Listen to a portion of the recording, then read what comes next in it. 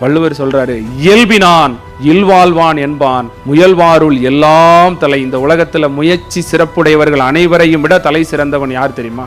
அதாவது முயற்சி சிறப்புடையவன்னா, ஒருத்தன் ஒலிம்பிக்ல கோல்டு வாங்கணும்னு ஓடுறான், ஒருத்தன் நோபல் பரிசு வாங்கணும்னு ஓடுறான், ஒருத்தன் என்ன பண்றான், தவம் செய்து கடவுளை அடைய போறேன்னு போறான், ஒருத்தன் சீஃப் மினிஸ்டர் ஆகும் நினைக்கிறான், ஒருத்தன் டெபுட்டி கலெக்டர் ஆகும் நினைக்கிறான்.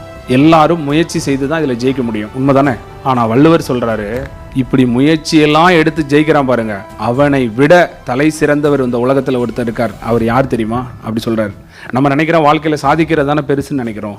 இந்த சமுதாயத்துல தன்னை சுத்தி இருக்கிறவங்கள்ட்ட இயல்பாக தன் குடும்ப வாழ்க்கையை, அதாவது ஒரு கணவனுக்கு மனைவியா, ஒரு மனைவிக்கு கணவனா, ஒரு பிள்ளைக்கு அப்பா, ஒரு அப்பாவுக்கு பிள்ளையா இல்லையா, அந்த இயல்பான அந்த குடும்ப கடமையை யார் ஒருவன் நிறைவேற்றுகிறானோ அவன் இந்த உலகத்துல ஒலிம்பிக்ல ஓடி ஜெயிக்கிறவனை விட தலை சிறந்தவன் அவன்தான் வள்ளுவர் சொல்றாரு. யாரு தலை சிறந்தவன்னா, தான் பிள்ளையக்கூடிய கடமையை தான் செய்யணும்.